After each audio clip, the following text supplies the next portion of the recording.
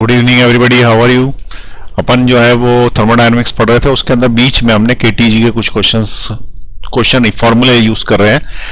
एक तो सीपी का, एक सीवी का, एक गामा का एंड सो ऑन।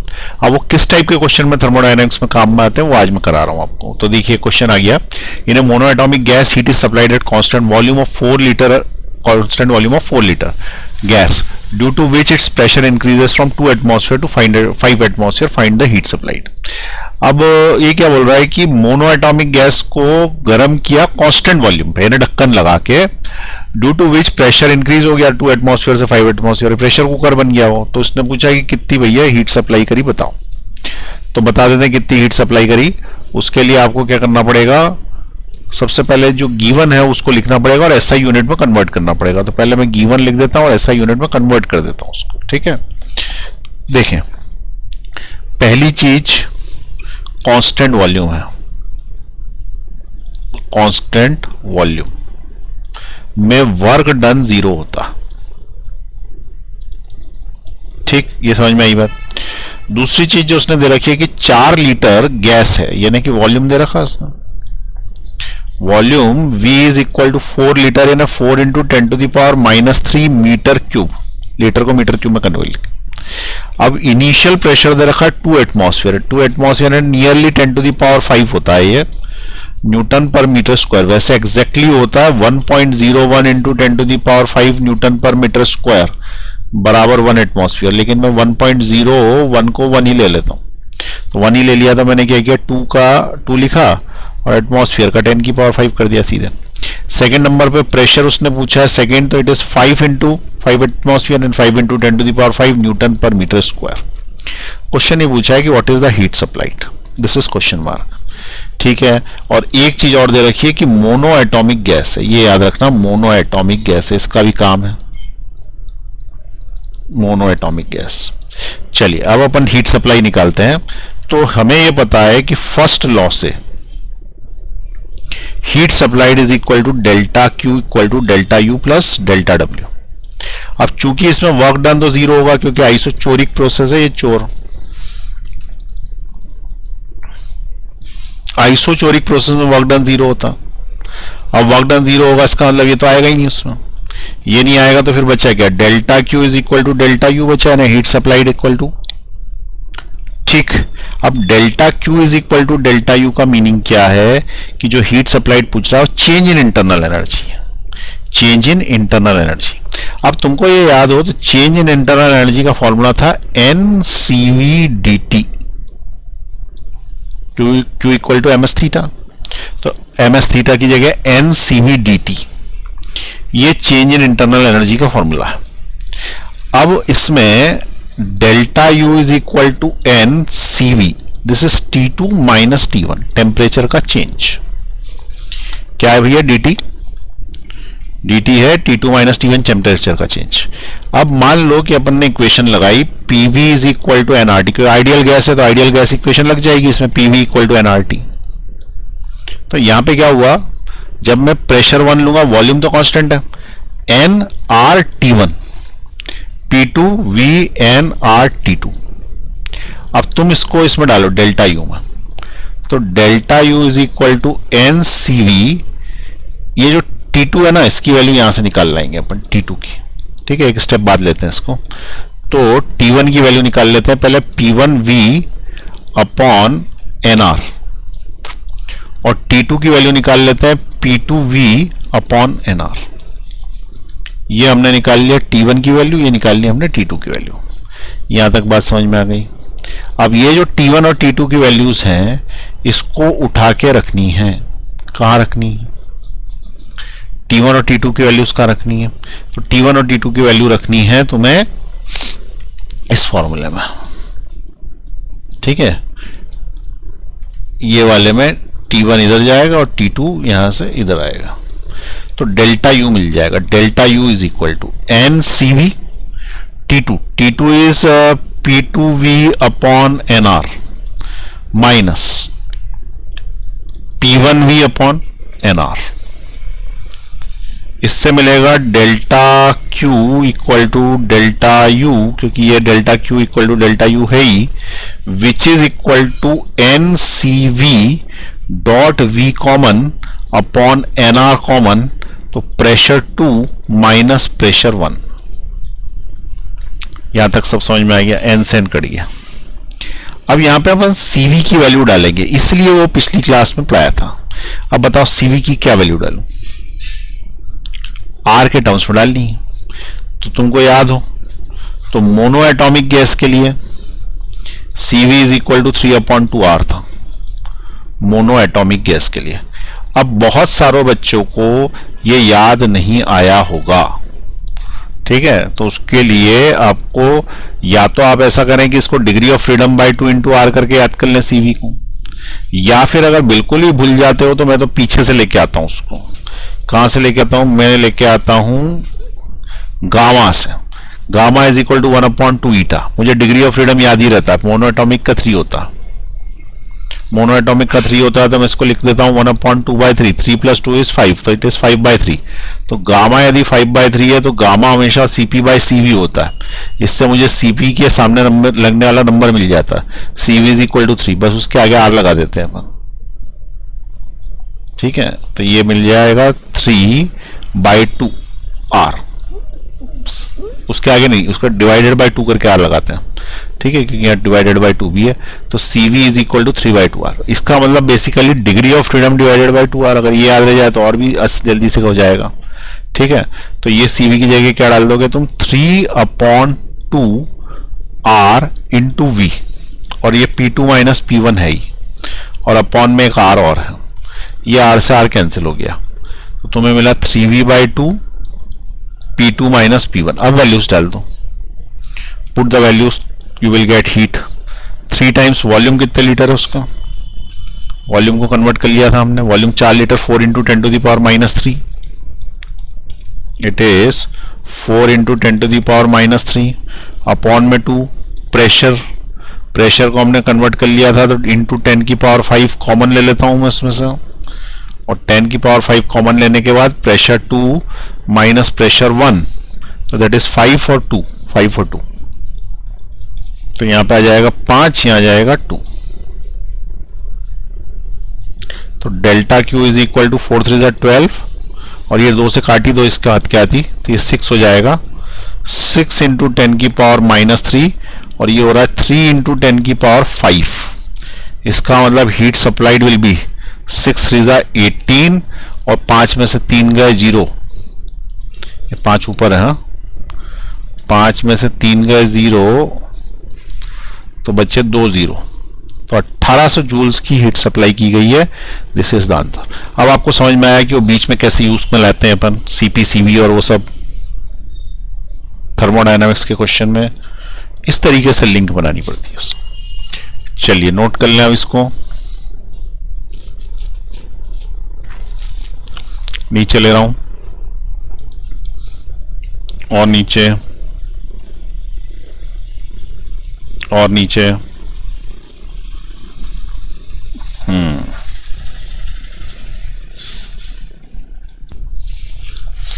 चलिए नेक्स्ट क्वेश्चन आ गया। नेक्स्ट क्वेश्चन में ये पूछ रहा है वो कि एक आइडियल गैस है mono atomic, it is heated at constant pressure, find the percentage of heat energy which increases its internal energy and find the percentage of heat energy which is utilised to do work. कितने percent heat energy जो है वो उसकी internal energy बढ़ाएगी और कितना percent work करेगी, ठीक है। तो देखें, सबसे पहली चीज हमको फर्स्ट लॉ ये बोलती है थर्मोडायनामिक्स की कि अगर हम हीट देते हैं तो ये इंटरनल एनर्जी भी बढ़ती है और वर्क भी होता है। अब प्रोसेस कौन सी इस पर डिपेंड करता है, तो ये बोलता है आइसोबारिक प्रोसेस है। कैसे पता पड़ा? क्योंकि बोल रखा उसने प्रेशर कांस्टेंट है, तो यदि प्रेशर ही कांस्टेंट है तो उस केस में वर्क भी होगा और इंटरनल एनर्जी भी चेंज होगी, सब होगा इसके अंदर, ठीक है। तो ये पूरी की पूरी एज इट इज लगेगी। अब वो ये बोल रहा है कि जो हीट मैंने दी उसका कितना प्रतिशत इंटरनल एनर्जी को बढ़ाने में खर्च हुआ। तो हमने ऐसा बोला कि percentage of heat utilized to increase internal energy निकालना है, ये निकालना है पहली बार। Percentage of heat utilize to increase the internal energy, कितने परसेंट इंटरनल एनर्जी बढ़ाने में काम में आया। तो इसका मतलब ये हुआ कि इंटरनल एनर्जी कितनी है और टोटल हीट कितनी डिवाइड करी इनटू 100%, ये आएगा इसका आंसर। ठीक है ना। अब डेल्टा यू क्या होता है? Change in internal energy. तो चेंज इन इंटरनल एनर्जी होता है NCV/dt। याद है भाई, डेल्टा यू का फॉर्मूला यही है NCV/dt, इसको डिफाइन ही से किया गया। अब तुम बोलोगे तो कांस्टेंट प्रेशर पे, कांस्टेंट प्रेशर पे नहीं, ये तो फॉर्मूला है इसका। ठीक है, इंटरनल एनर्जी निकालने के लिए यही फॉर्मूला है NCV/dt, अपन डिराइव किया था इसको।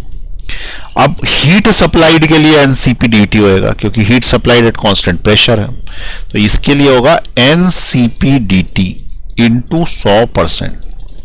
अब n से n कैंसिल हो गया, dt से dt कैंसिल हो गया, यानी कि इसका आ गया V/Cp इंटू 100%। ये उल्टा आ गया, Cp/Cv की जगह अगर होता तो गामा हो जाता, तो बेसिकली ये गामा 1 के अपॉन में आ गया इंटू 100%। अब what is the value of gamma?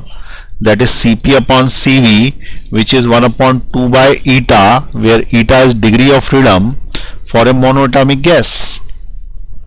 Monoatomic के लिए क्या था, कितना होता है? तो मोनोएटॉमिक के लिए ये 2 होता है, 3 होता है, तो 3 + 2 = 5, तो गामा इज इक्वल टू 5/3 होता है। गामा 5/3 होता है, तो यहाँ पे 5 नीचे आएगा, 3 ऊपर चला जाएगा, 1 गामा है, इंटू 100 का मल्टीप्लाई किया तुमने, तो ये इससे कितनी बार कट गया? 20 बार। तो इसका मतलब 60% एनर्जी जो है वो इंटरनल एनर्जी के काम में आ गई इन इंक्रीजिंग इंटरनल एनर्जी। अगर तुमने उसको 100 जूल एनर्जी दी तो 60 जूल जो है वो इंटरनल एनर्जी को बढ़ाने के काम में आ जाएगी। ये इसका आंसर है। और बची हुई 40% काय में काम आएगी? तो बची हुई 40% वर्क में आएगी। क्यों? क्योंकि तो दोनों का मिक्सचर ही है ना। तो अगर उसने पूछा कि भाई वर्क में कितनी काम आएगी, वर्क में, तो वर्क में आएगी 100% माइनस 60%, इसका मतलब वर्क में 40%। और तो कुछ हुआ ही नहीं ना, दो ही तो बातें हुई। जो एनर्जी सप्लाई उसका 60% इंटरनल एनर्जी में, 40% जो है वो वर्क में। तो इंटरनल एनर्जी चेंज करने में कितना? 60%, और वर्क करने में 40%। अच्छा, वर्क करने के लिए कोई और तरीका भी है क्या इसको सॉल्व करने का? तो अपन ऐसा भी कर सकते हैं कि वर्क अगर निकालना है तो W work divided by delta Q into 100 करते, तो भी अपने को 40% मिलना चाहिए। ठीक है, वर्क कितना परसेंट है हीट का, ये निकाला मैंने यहाँ पे। वर्क कितना परसेंट है हीट का, तो वर्क के अपॉन में हीट इंटू 100। अब वर्क का फॉर्मूला क्या होता है? वर्क का फॉर्मूला था P/V, और चूंकि कांस्टेंट प्रेशर पे तो लगा भी सकते हैं। दूसरी चीज, हीट जो सप्लाई करी है वो NCP/dt है, NCP/dt, ये ऐसा हुआ। अब ये जो P/V इसका अपन क्या कर सकते हैं? तो हमको पता है कि PV = NRT होता है। इधर साइड ये तो चेंज नहीं हो रहा, ये चेंज हो रहा, इसमें N और R चेंज नहीं हो सकता, डेल्टा T चेंज हो सकता है। इसका मतलब P/V वाला और NR डेल्टा T लिख सकते हैं अपन। तो it is NR delta T बोलो या DT बोलो, एक ही बात है। और NCP/dt नीचे वाला ही है, N से N कैंसिल, DT से DT कैंसिल। इसका मतलब परसेंटेज ऑफ वर्क अगर तुमको निकालना है तो उस केस में तुम्हारा वो आएगा R/Cp इंटू 100%। अब ये Cp को R के टर्म्स में लिखना है, तो बेसिकली Cp किस केस के लिए? मोनो एटॉमिक के लिए। तो मोनो एटॉमिक के लिए Cp निकालना है, तो इसके लिए तो मैंने ऐसे याद रखा है, गामा निकाल लो पहले। गामा कितना होता है इसका? कौन सी? Cp/Cv है ना, इट इज 1 + 2 by eta, और ये 3 होता है, 3 + 2 = 5/3 होता है गामा। तो इट इज Cp/Cv। तो इससे Cp की वैल्यू यहां से ले आते हैं अपन 5 से, इसको 2 से डिवाइड करेंगे और इंटू R लिख देंगे, तो 5/2 R होती है Cp मोनो एटॉमिक के लिए। ठीक है, ये याद रखनी है। तो R/Cv की जगह लिखा 5 और अपॉन 2 ऊपर चला गया, और नीचे R इंटू 100%। R से R कैंसिल हो गया, तो ये इससे कैंसिल आउट होगा, तो 5 × 2 = 20, 20 × 2 कितना हो गया? 40%। ये ऐसे भी आ जाता है, लेकिन जब अपने पास एक आ गया था 60%, तो हमको उससे निकालने की जरूरत नहीं थी इतने लंबे मेथड से। हमने बोल दिया बचा कुचा वर्क ही होगा, तो 100 में से 60 माइनस कर दिया, 40%। ठीक है, चलिए नोट करिए इसको फटाफट। बहुत ही अच्छा क्वेश्चन है, बहुत ही अच्छा।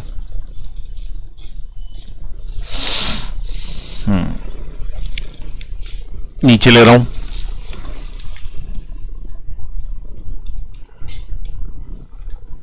लिखें,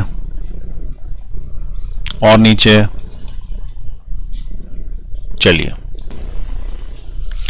चलिए अब सेम क्वेश्चन आपको डायटोमिक के लिए करना, ठीक है। तो डायटोमिक गैस के लिए सेम क्वेश्चन करना। क्वेश्चन क्या था? क्वेश्चन ये था, इधर से, अरे एक मिनट रुके,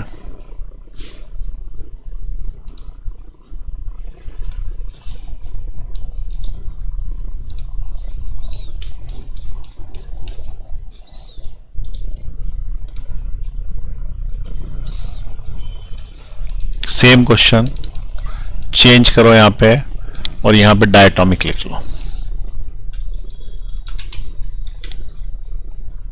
अब सॉल्व करो।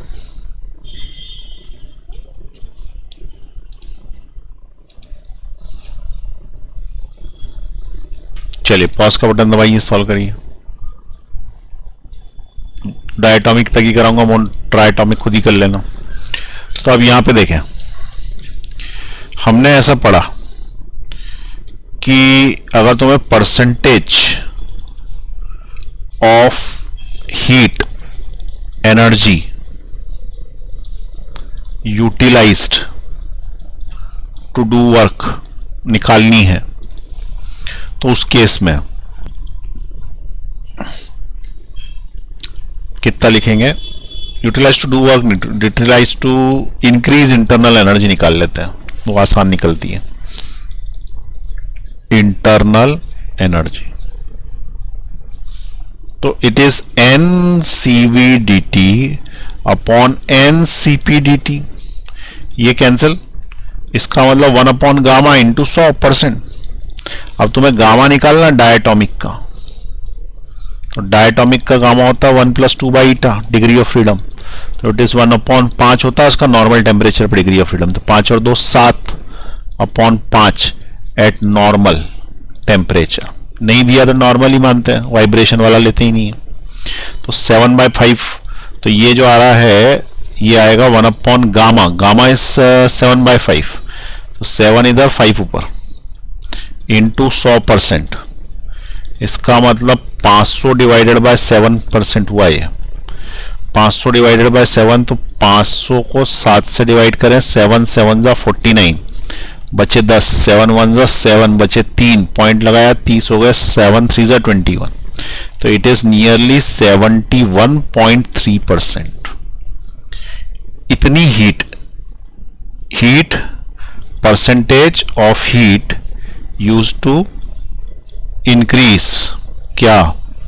Internal energy. इतनी जो है वो तो इंटरनल एनर्जी इंक्रीज करने काम आएगी। वो बोलेगा कि वर्क कितने से करोगे, तो बचा कुचा वर्क होगा। तो वर्क बराबर क्या होएगा? Work done is equal to 100 minus 71.3%। तो इट इज 28.7%। ये इतना वर्क होगा 28.7। अब इसमें एक चीज देखो, इसमें वर्क कम हुआ, कम है as compared to mono atomic. ठीक है, मोनो एटॉमिक के मुकाबले इसमें क्या है? वर्क कम। देखो मोनो एटॉमिक के 40% वर्क हुआ था, यहां पे वर्क मात्र हो रहा है 28%। ठीक है ना। चलिए नोट कर लें इसको, और ट्राइटॉमिक के लिए भी आप अपने आप कर सकते हो, अब नहीं करा रहा उसको मैं। पॉज दबाएं, नीचे ले रहा हूं, और नीचे। चलिए नया क्वेश्चन आ गया। 140 joule of heat is given to air at constant pressure, find the change in internal energy of the gas and the work done by the gas. मतलब वो कुल मिला के पिछला जैसी क्वेश्चन है। अब की बार वो ये बोल रहा है कि अगर मैं 140 जूल एनर्जी दे दूं कांस्टेंट प्रेशर पे एयर को, तो उसमें से वो कितनी इंटरनल एनर्जी में यूज करेगी, कितनी वर्क डन में यूज करेगी। तो उसका तो परसेंटेज फिक्स है, इतने परसेंट इसमें, इतने परसेंट इसमें, वो निकालने का तरीका। लेकिन उसके लिए गामा पता होना चाहिए। गामा जो एयर का है वो बाय डिफॉल्ट 1.4 लेते हैं, जैसे कि डायटोमिक गैसेस में लेते हैं। तो डायटोमिक के हिसाब से अगर अपन चाहें तो पिछले क्वेश्चन के हिसाब से निकाल दें इसको। पिछले क्वेश्चन में उसने क्या बोला था? 71% जो है वो हीट इंटरनल एनर्जी की, तो ये जो भी आ रहा है इसका 71% निकाल दें और बचा हुआ जो है वो दूसरे में डाल दें। एक तरीका है, अगर तुमको परसेंटेज याद है तो, और नहीं याद है तो पूरा मेथड से सॉल्व कर सकते हो, कोई बहुत कठिन क्वेश्चन नहीं है। हमने क्या बोला कि डेल्टा क्यू जो हीट सप्लाई होगी वो होगी NCP/dt, और डेल्टा यू जो इंटरनल एनर्जी इंक्रीज होगी NCV/dt। तो n इसके अपॉन में अगर लाएं तो delta U upon delta Q is equal to NCV/dt upon NCP/dt, ऐसे हुआ ना, तो ये कैंसिल आउट होगा। तो इससे मिला delta U upon delta Q is equal to 1 upon gamma. अब वो पूछ रहा है कि चेंज इन इंटरनल एनर्जी कितनी होगी, तो चेंज इन इंटरनल एनर्जी होगी डेल्टा क्यू अपॉन गामा, जितनी हीट डाली होगी उससे गामा टाइम्स का। तो पहले जो क्वेश्चन है उसके लिए ये फॉर्मूला यूटिलाइज हो जाएगा, डेल्टा क्यू अपॉन गामा। इसको फॉर्मूला जैसा मत याद करना, कितने याद करोगे तो इसको निकाल लेना वहीं पे। अब डेल्टा क्यू उसने बोला 1200 है, 140 है, सॉरी 140 जूल है। अब 140 जूल के डिवाइड पे तुमको गामा डालना, गामा 1.4 होता है ईयर का, gamma is equal to 1.4 for air, fix है ये, ठीक है। आइडियल गैस भी बोले तो भी यही डालना, आइडियल गैस के लिए ईयर के लिए नहीं दिया तो भी यही डालना। तो delta U is equal to, ये इससे कैंसिल आउट हो गया 100 बार, तो 100 जूल्स तो जो है उसने यूटिलाइज कर लिया काय में, कितने काय में यूज किया ये इंटरनल एनर्जी में। तो उसने पूछा वर्क में कितना, तो 140 टोटल था, 140 टोटल हीट दी थी, 100 जूल इंटरनल एनर्जी में खर्च हो गई।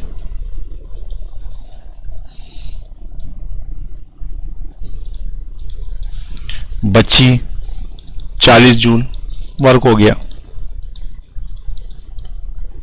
ये आ गया आंसर, ठीक है। चलिए लिख लें फटाफट,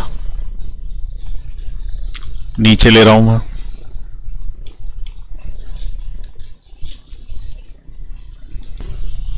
अब देखो ये जो कराया है इसमें ऐसा कंफ्यूज मत हो जाना, कभी कभी क्या घुमाने के लिए वो गूगली क्वेश्चन फेंक देते हैं।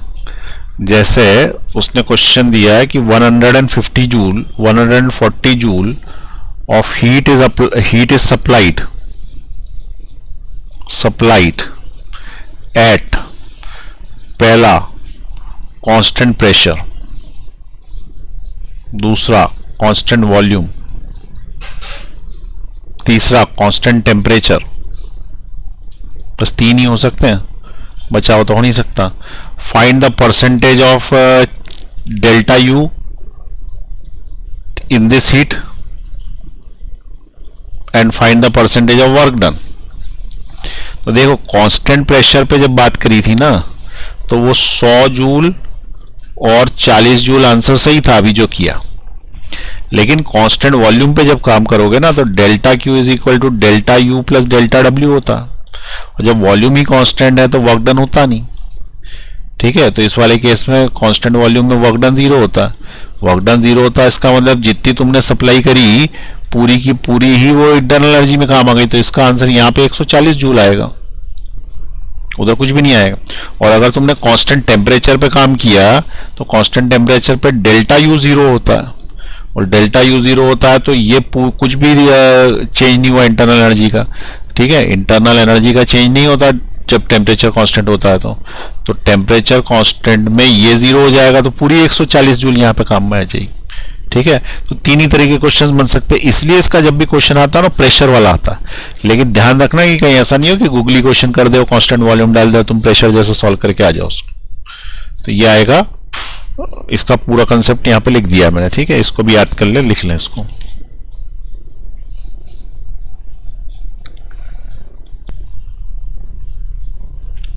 क्वेश्चन देखें, 1 gram of water at 100 degree centigrade is heated to convert into steam at 100 degree centigrade at 1 atmosphere. Find the change in internal energy of water and work done. It is given that volume of 1 gram of water at 100 degree centigrade is 1 cc and volume of 1 gram of steam at 100 degree centigrade is 1671 cc. Latent heat of vaporization 540 calorie per gram. ठीक है, देखो क्या बोल रहा है वो कि 1 gram water है, 1 ग्राम वाटर, उसको हमने गर्म किया, हीट दी, तो वो जाके कन्वर्ट हो गया किसके अंदर, स्टीम में। तो 1 ग्राम स्टीम बनी होगी। ठीक है, जब अपन ने इसको गर्म किया तो 1 ग्राम स्टीम बनी होगी। लेकिन क्या हुआ कि जो इसका वॉल्यूम था इतना, इसका वॉल्यूम स्टीम का बहुत ज्यादा हो जाता, फैल गया है स्टीम। तो इसका वॉल्यूम था 1 सीसी, 1 सीसी, और ये फैल गई स्टीम, फैल गई तो ये हो गया 1671 CC. It is the final volume, it is the initial volume. ठीक, अब क्या हुआ कि जो हीट अपन ने दी इसको, उसमें से कुछ हिस्सा तो इसके एक्सपांशन में चला गया, फैल गई ना, इसका मतलब वर्क में चला गया, और कुछ इंटरनल एनर्जी चेंज हुई, तभी तो वाटर के मॉलिक्यूल स्टीम में बदल गया, क्योंकि अंदर ही अंदर चेंज हो गया तो स्टीम में बदल गया वाटर के मॉलिक्यूल। अच्छा, जो टेम्परेचर था ये 100 डिग्री सेंटीग्रेड था, तो ये 100 डिग्री सेंटीग्रेड ही टेम्परेचर रहा। ठीक है, 100 डिग्री सेंटीग्रेड ही टेम्परेचर रहा। लेकिन कोई बोलेगा कि अगर 100 डिग्री रहा तो फिर इंटरनल एनर्जी कैसे चेंज हुई? तो इंटरनल एनर्जी तो इसकी मॉलिक्यूल की पोजीशन पे भी डिपेंड करती है ना। तो इंटरनल एनर्जी इसलिए चेंज हुई क्योंकि अभी स्टीम में बदल गया, स्टेट चेंज हो गई, स्टेट चेंज हो गई तो अंदर इसने ज्यादा एनर्जी रख ली अपने, इसीलिए तो स्टीम से जला हुआ इंसान जो है वो ज्यादा जल जाता है, जब वाटर से जलता है कम। अपन रोटी बनती हुई की भाप अगर हाथ में ले लें तो गर्म पानी से ज्यादा जल जाएंगे, उससे हाथ ही जल जाता है उससे। वो रोटी फूली हुई रहती है ना, उसमें हाथ डालो ऐसे तो हाथ जलता है जम के। स्टीम है वो, स्टीम के अंदर इंटरनल एनर्जी घुस जाती है, क्योंकि अंदर के मॉलिक्यूल का स्ट्रक्चर इधर उधर कर दिया ना, तो इंटरनल एनर्जी तो चेंज हो गई ना, भले टेम्परेचर वही रहा, उससे क्या हुआ। तो अगर तुम्हारा पानी है 10 डिग्री का और वो 10 डिग्री का ही पानी बना रहता है, तो ना तो अंदर तुमने कोई चेंज किया मॉलिक्यूलर, ना तुमने अंदर एनर्जी इकट्ठी करी, तो इंटरनल एनर्जी चेंज नहीं होगी। इसलिए अपन जब पानी पानी की बात करते हैं या सॉलिड सॉलिड की बात करते हैं तो बोलते हैं भाई टेम्परेचर देख लो, टेम्परेचर चेंज नहीं हुआ, इंटरनल एनर्जी चेंज नहीं हुई। लेकिन यह स्टेट चेंज हो गई ना, इसलिए इंटरनल एनर्जी चेंज हुई, और इंटरनल एनर्जी चेंज हुई भले ही टेम्परेचर चेंज ना हुआ हो। ठीक है, तो अब अपन सबसे पहले पता करें कि हमने हीट कितनी सप्लाई करी। Heat supplied in this process, इस प्रोसेस में हीट कितनी सप्लाई हुई। तो उसका सिंपल सा फॉर्मूला है, heat supplied is equal to ml होता है जब स्टेट चेंज कराते हैं अपन तो, और टेम्परेचर चेंज नहीं कराते तो, सॉलिड से लिक्विड, लिक्विड से गैस एंड सो ऑन। तो heat is equal to mass 1 gram into latent heat, latent heat दे रखी उसने 540 कैलोरी पर ग्राम। तो ये ग्राम है, ये भी ग्राम है, ये दोनों कैंसिल होगा। तो इसका मतलब हीट जो तुमने सप्लाई करी है वो है 540 कैलोरी।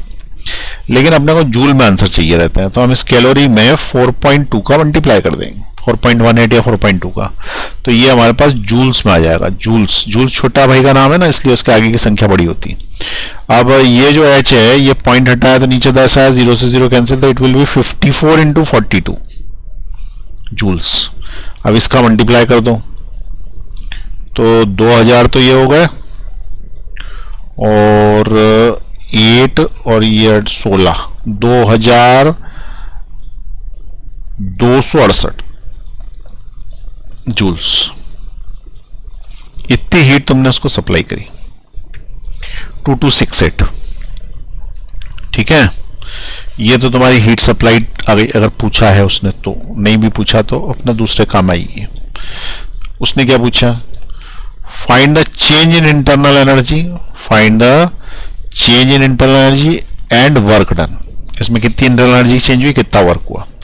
तो अब देखें, सबसे पहले मैं वर्क डन निकाल लेता हूं। वर्क डन निकालना आसान है इस केस में, क्योंकि प्रेशर कांस्टेंट है, तो प्रेशर कांस्टेंट है तो वर्क डन बहुत ही आसानी से निकल जाता है। It is equal to P del V.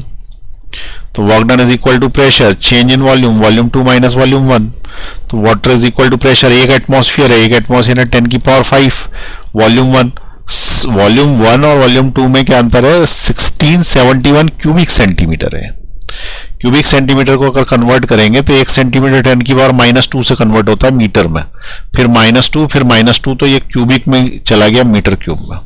तो it is equal to 1671 into 10⁻⁻6 metre cube होता है, और 1 cc होता है सिर्फ 10⁻⁻6 मीटर क्यूब, क्योंकि 1 का मल्टीप्लाई करा तो 1671 -1 और 10⁻⁻6 मीटर क्यूब, -6 मीटर क्यूब यहां ले लिया।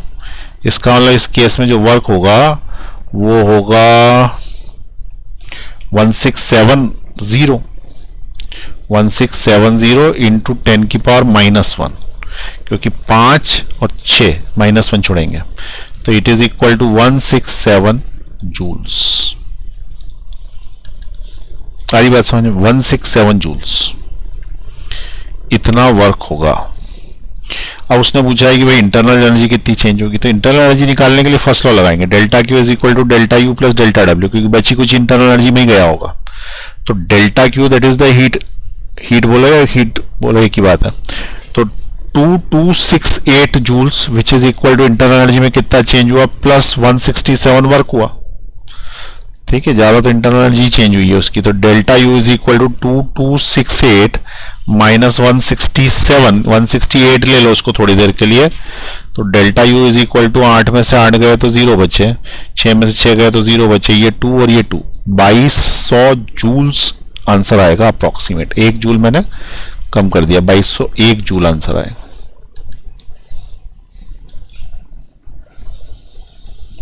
आ रही बात समझ में है? इतनी इंटरनल एनर्जी में चेंज हो गया, इतना वर्क हो गया, क्योंकि एक्सपेंशन भी हुआ ना, तो इसलिए वर्क भी हुआ इस केस में। लिख लें दोनों आंसर्स।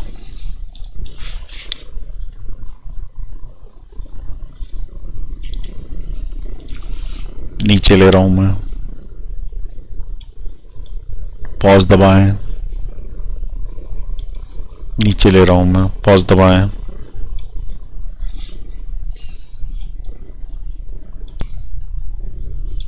देखिए क्वेश्चन आ गया, a cylindrical vessel contains a diatomic gas nitrogen, ठीक है, it is close by 50 kg frictionless movable piston. देखो भाई, ये पिस्टन सिलेंडर अरेंजमेंट ऐसा होता,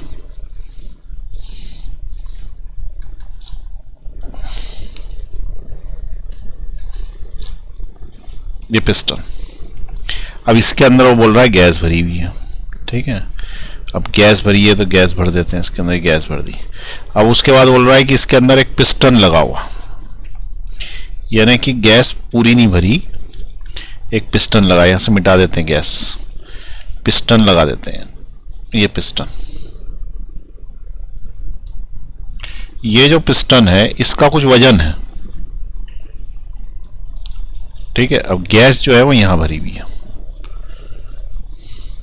तो पिस्टन का कुछ वजन है, कितना वजन है उसका और कितना एरिया ऑफ क्रॉस सेक्शन है, और इसके अंदर नाइट्रोजन भरी हुई है।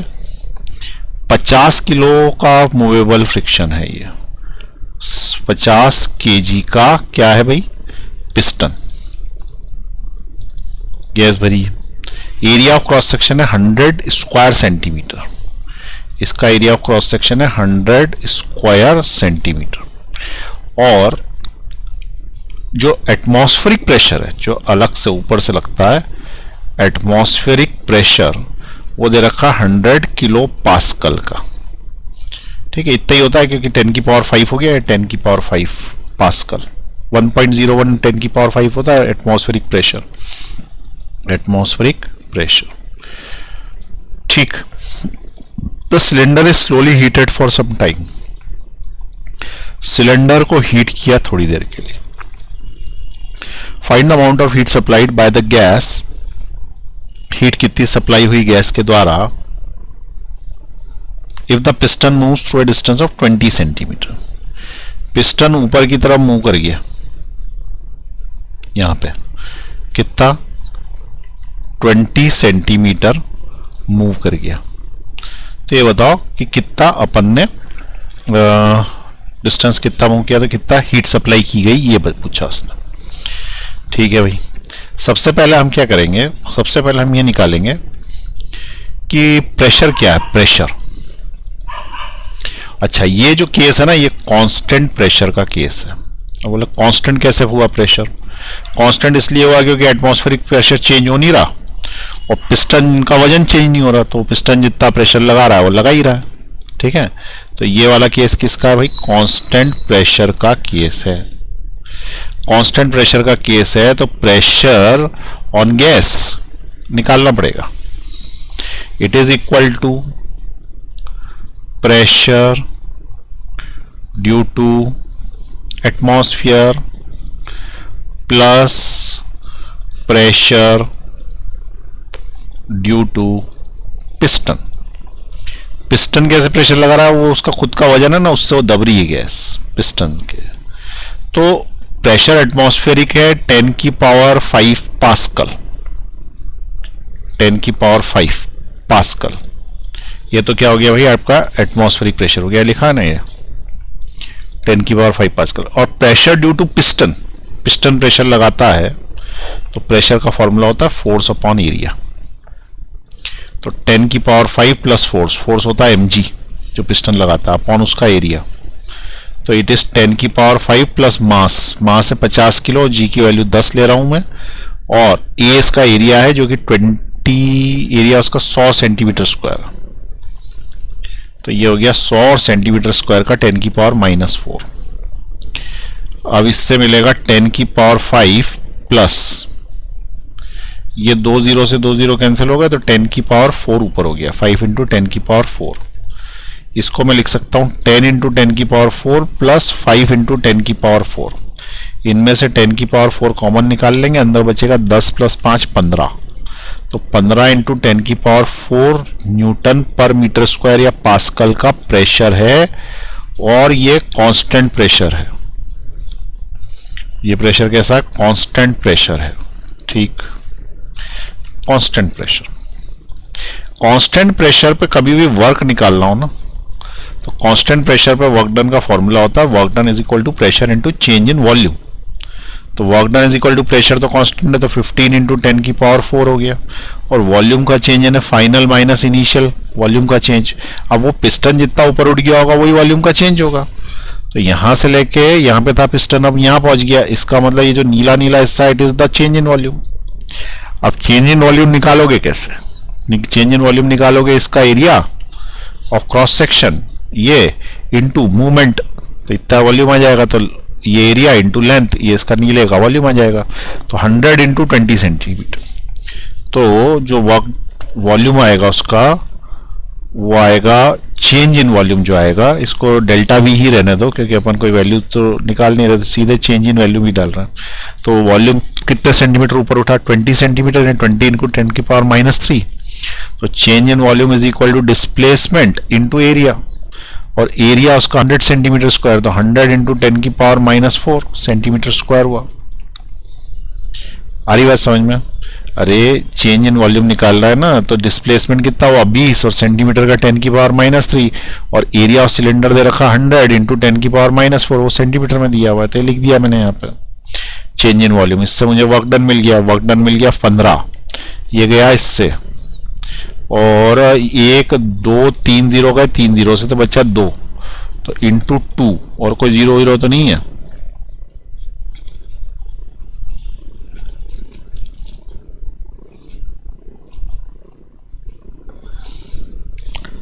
तो वर्क डन इक्वल टू एक का इसके जरा 0 कैलकुलेट कर लेना। ये 10 की पावर -2 है, ये वॉल्यूम का चेंज है ना, सेंटीमीटर है, मैंने -3 कर दिया, -2, तो ये हो गया -2 के कारण एक 10 और बच जाएगा, तो ये 0 आ जाएगा। तो work done is equal to 15 2 30, 300 joules का वर्क होगा। ठीक है, कैलकुलेशन अपने आप किया करो, एक बार क्वेश्चन समझ लिया करो, क्वेश्चन लिखो और फिर पूरा क्वेश्चन स्वयं लिखा करो। ये 300 जूल वर्क आ गया। ठीक, क्वेश्चन क्या पूछा है? Find the heat supplied, heat कितनी सप्लाई हुई। अब हीट कितनी सप्लाई हुई, तो ये तो गैस बताएगी, अपन को क्या पता, गैस बताएगी कि उसने कितनी हीट सप्लाई करी।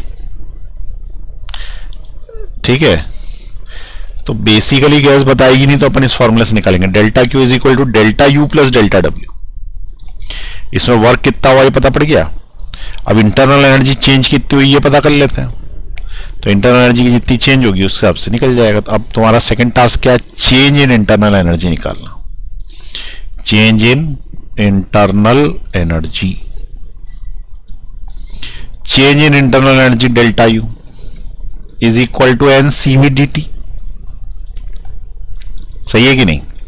It is equal to N C V D T या डेल्टा टी या डी टी कुछ भी बोलो, डेल्टा टी। अब यहां पे क्या है कि आइडियल गैस है वो, मान लिया अपन ने, तो आइडियल गैस इक्वेशन लगा सकते हैं। आइडियल गैस इक्वेशन क्या है, पीवी इक्वल टू एनआरटी। इसको अगर डिफरेंशियल के फॉर्म में लिखें तो P delta V is equal to NR delta T होता है।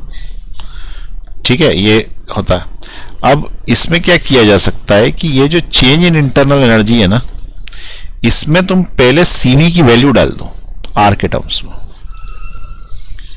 ठीक है, इसमें delta U is equal to N C V delta T है ना, इसमें पुट वैल्यू ऑफ सीवी।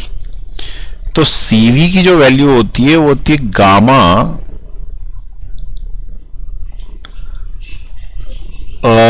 कौन सी गैस है, डायटोमिक है ना। तो डायटोमिक के लिए R/2 लगता है, R/2 तो रहता है, आगे क्या आएगा डायटोमिक के लिए, डिग्री ऑफ फ्रीडम लगा रहता है यहाँ पे FR/2। तो डायटोमिक के लिए डिग्री ऑफ फ्रीडम 5 लेते हैं अपन, तो 5R/2। ठीक है, ये होती है डायटोमिक गैसेस। इसलिए याद रखना था, पूरा एक लेक्चर इसी पे इसलिए दिया था। तो delta U is equal to N, CV की जगह लिखा मैंने 5R/2 इंटू डेल्टा टी। अब ये जो n है ये r है और ये डेल्टा टी है, यहां पे p है, इसकी जगह अपन यहां पे p डेल वी डाल सकते हैं। तो delta U is equal to 5/2 into बचा p डेल वी। और p डेल वी क्या चीज है, तो p डेल वी तो वर्क है। अरे यही तो वर्क है, वर्क तुम निकाल चुके हो, वर्क तुम निकाल चुके हो। देखो कितना वर्क निकाला तुमने, 300 जूल। तो यहां पे 300 जूल का मल्टीप्लाई कर दो 300, तो इससे तुम्हें इंटरनल एनर्जी का चेंज मिल जाएगा 5 इंटू 150। 5 इंटू 150 ना 15 पंजे 75, 750 जूल आ रहा। 750 जूल तुम्हारा खर्च होगा इंटरनल एनर्जी चेंज करने में। इंटरनल एनर्जी कभी मेजर नहीं होती, हमेशा कैलकुलेट होती है टेम्परेचर के बदल पे या फिर पी डेल वी के। तो 750 जूल तुम्हारा क्या हो गया, इंटरनल एनर्जी चेंज हुई। और 300 जूल तुमने वर्क कर लिया, तो टोटल हीट कितनी दी होगी, तो total heat given is equal to 300 joules. Delta Q is equal to delta U plus delta W, delta W plus delta U, और डेल्टा यू हो गया तुम्हारा 750। इसका मतलब 7, 8, 9, 10 1050 जूल्स तुमने हीट दी होगी उसको। और क्या, दिस इज द आंसर। ठीक है, चलिए नोट कर लें, थोड़े बड़े क्वेश्चंस होते जा रहे हैं ये, 2-3 कंसेप्ट्स लग रहे हैं ना इसमें। नीचे ले रहा हूं मैं, पॉज दबाएं और नीचे, पॉज दबाएं और नीचे,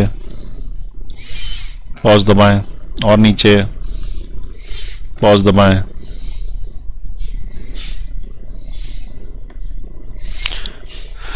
तो ये आपको समझ में आया कैसे किया क्वेश्चन। चलिए, तो ये आज आपको समझ में आ गया होगा कि जो अपना केटीजी वाला जो पार्ट है उसके अंदर सीपी सीवी को ये किस तरीके से फर्स्ट लॉ से लिंक कर देते हैं। तो बेसिकली क्या है, delta Q equal to delta U plus delta W है, उसमें से delta U N C V D T से निकल जाता है, और delta W P del V से निकल जाता है, और पी डेल वी जो है वो P V equal to N R T में एन आर डेल्टा टी से भी निकल जाता है। उसके बाद अपने को अगर कहीं पे भी निकालना है कि कितना परसेंट वर्क हुआ, कितने परसेंट जो है वो एनर्जी इंटरनल एनर्जी बढ़ी, तो उस केस में हम उसको रेशो से निकालते हैं, तो उसमें गामा आने लग जाता है। तो इसलिए ये सब याद करके रख लें और इस तरह के क्वेश्चंस में यूज कर पाएंगे आप। ठीक है, चलिए नेक्स्ट क्लास में मिलेंगे आप।